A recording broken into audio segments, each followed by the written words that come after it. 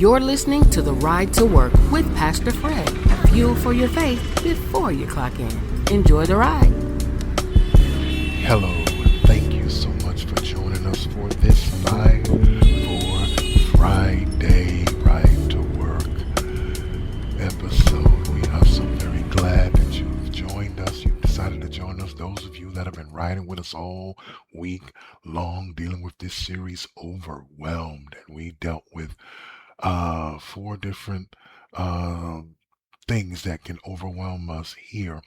Um, while we try to live the best life that we could possibly live and do right by others and be pleasing unto God. So we're just thankful for each of you, and we want to get right into our questions. We know this is listener questions that are either sent in via text, by email, word of mouth, or you just see me in the street somewhere, or whatever you want to ask a question about.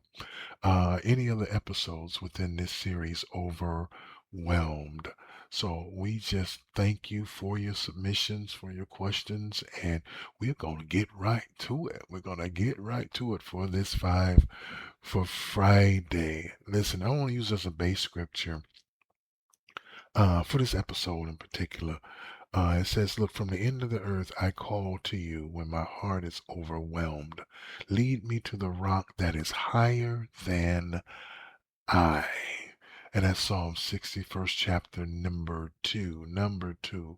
Psalm 61, number 2. Not really chapter, because Psalms is pretty much a musical book. So just Psalm 61, verse number 2. Listen, we've been talking, like I said, about being overwhelmed by a few things.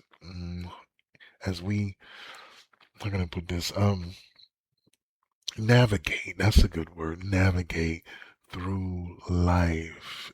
And we have some questions and we want to get right to them. The very first one says this. This was sent in a text. It says, "How do I know when I'm carrying my assignment and when I'm carrying everyone else's? How do I know when I'm carrying my assignment and when I'm carrying everyone else's?" Meaning you double dipping, so to speak. And that's one of the greatest struggles of people who genuinely love other people. That's one of the greatest struggles. Look, the enemy has convinced a lot of believers that being faithful means saying yes to everything. I'm telling you that's wrong. See, faithfulness and availability, they're not the same thing.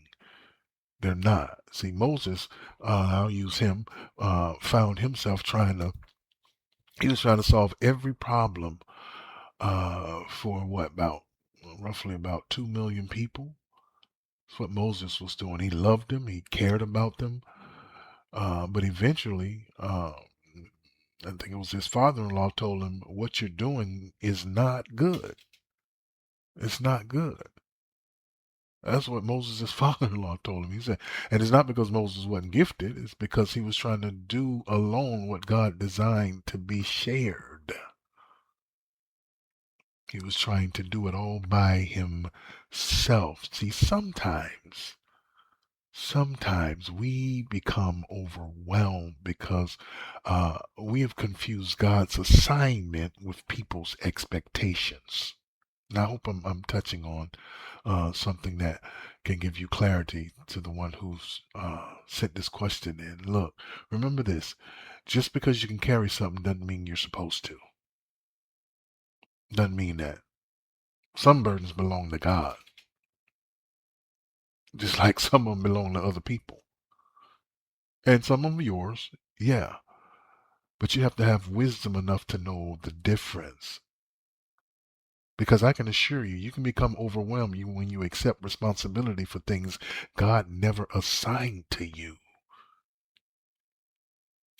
Never assigned to you. You can become overwhelmed. So you got to ask yourself daily, is this my assignment or is this my guilt talking? That's what you've got to do. Does this belong to me? Or am I just guilty of trying to be a people pleaser? Think about it. That's how you know if you're carrying more weight than you're supposed to. Question number 2. This comes from, they said this is from the Overwhelmed by Emotions episode. Say, Pastor Fred, look, my emotions have been all over the place lately. One day I feel hopeful, the next day I feel exhausted, anxious, and discouraged. Does that mean something is wrong with my faith? Huh. Wow. No, no, not at all. Um, be truthful about it. Uh, One of the greatest, I think, misunderstandings or misconceptions, I'll say misconceptions as far as in being a Christian is that mature believers never struggle emotionally. That's just not true. I mean, look, Jesus himself, he said when he was in the Garden of Gethsemane, what did he say? He said, my soul is overwhelmed with sorrow. Some of you know it as my soul is exceedingly sorrow. That means overwhelmed. Think about that. Jesus himself, Son of God, perfect, sinless, but he was still overwhelmed in his emotions. See, your emotions are indicators, not dictators. They're indicators. So you're asking, does that mean something's wrong with your faith?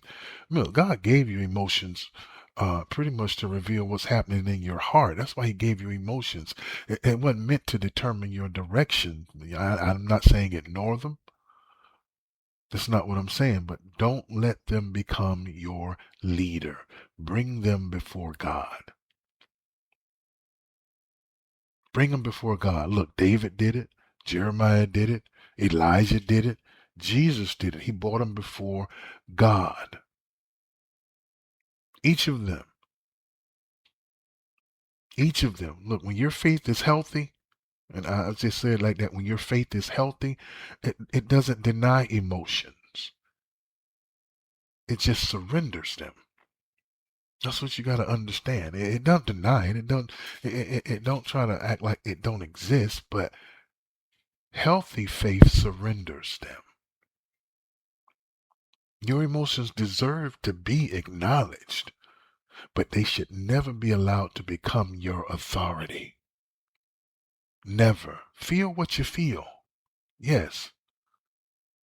But let God's word determine what you do next. There's nothing wrong with your faith. Not at all. Look, question number 3. We moving right along. Question number 3. This is another one, Pastor Fred. I feel like I'm constantly trying to live up to everyone's expectations. My family, my church, my job, even social media. Okay. How do I stop feeling like I'm never enough? Wow. Okay. Um, I tell you this, one of the fastest ways to become overwhelmed is trying to satisfy people whose expectations never stop changing. That's one of the fastest ways. Man, people are flaky. Jeez. Jesus healed people, watch this, but they still criticized him. He fed thousands, but they wanted more. He performed miracle after miracle, and yet still a lot of people doubted him. Now listen, you should know where I'm going with this. Now, if Jesus couldn't satisfy everyone, maybe neither can you.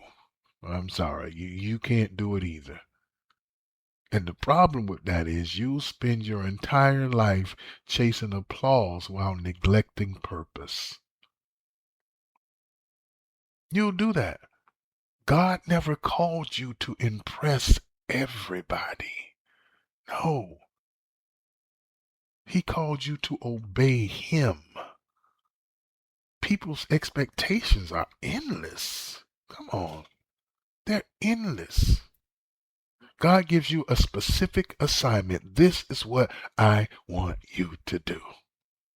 And the more you focus on pleasing God, look, the quieter those opinions of people become. They get real quiet after that. They get real quiet after that. You hear what I'm saying? I mean, you'll always feel inadequate when your worth is measured by somebody else's expectations. You'll always feel inadequate then. Always. Stop asking, who am I disappointing? Hmm? Stop asking that. Who am I disappointing? Why am I, did I let anybody down? Man, please. Start asking, am I being faithful to what God asked of me? Am I being faithful to that? And that's not an unfair expectation at all. Am I being faithful to what God asks me to do? Think about that while you're out there trying to please everybody's expectations. Don't ever let people make you feel like you're never enough. You'll never satisfy everybody. Never. Question number 4.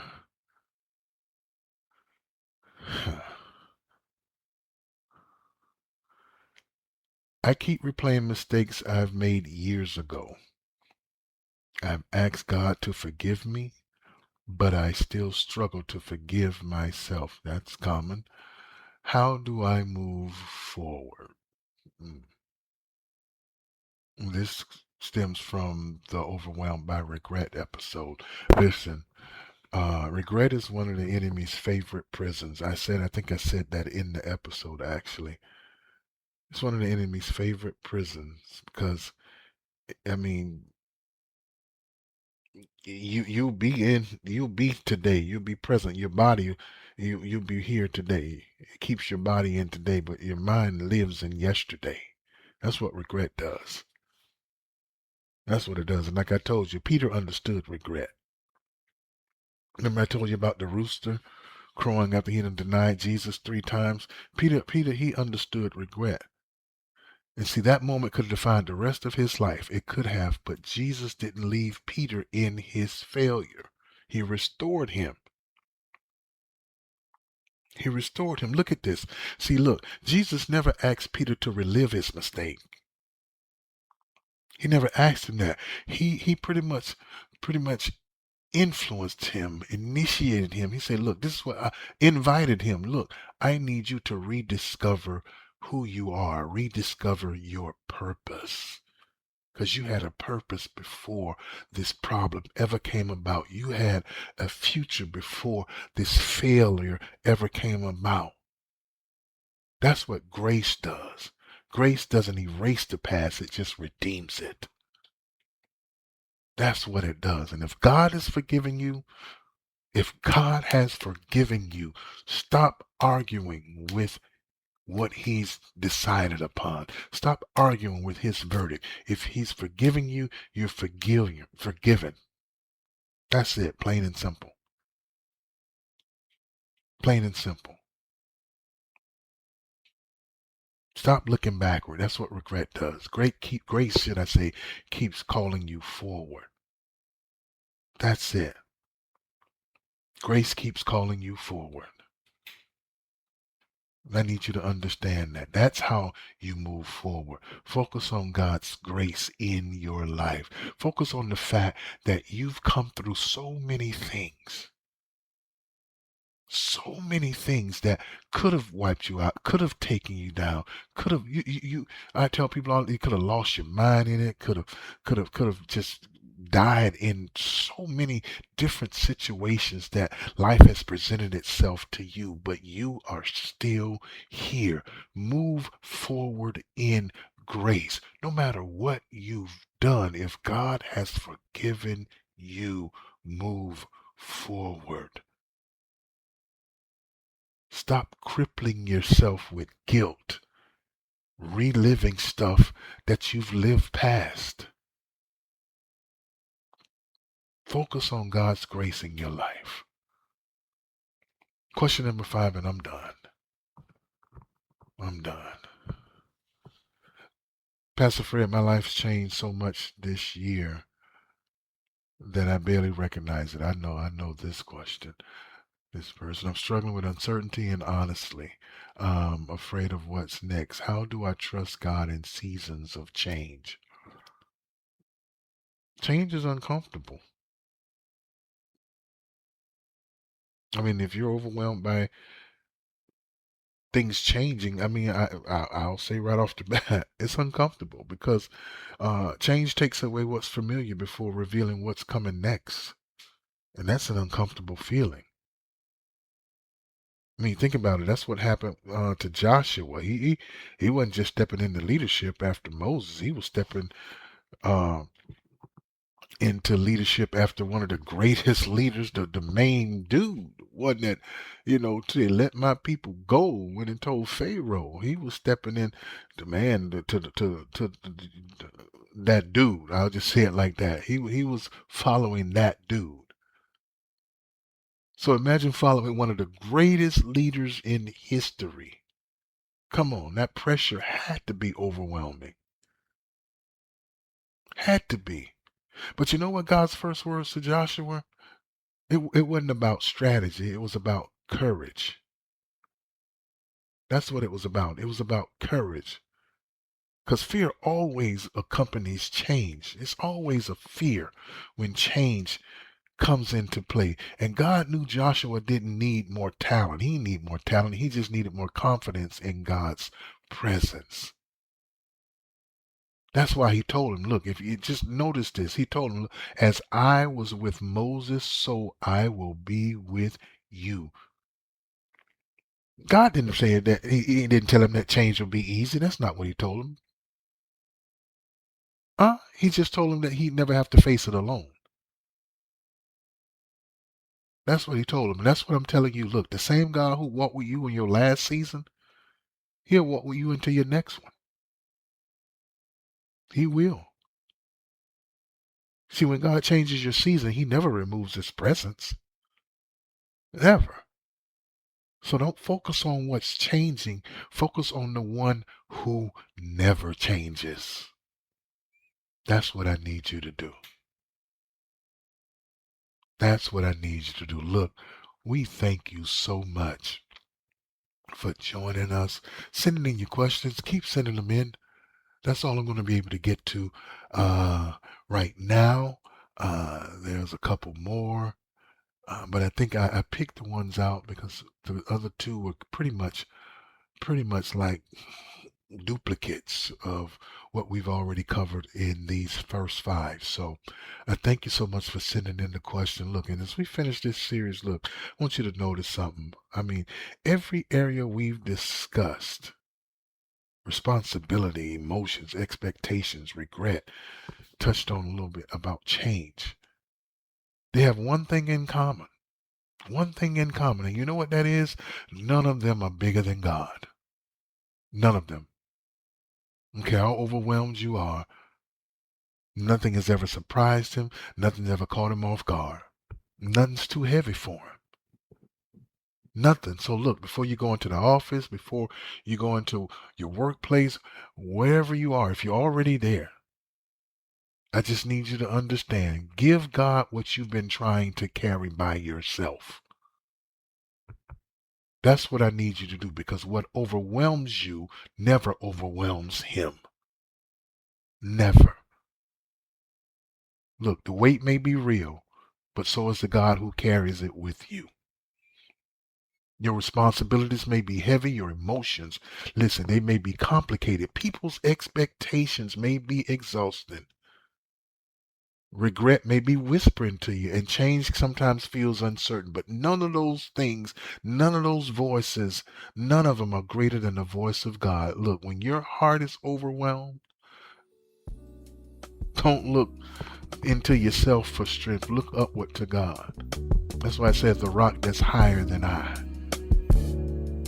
Do that. And have a blessed and wonderful day. We'll be riding again next week.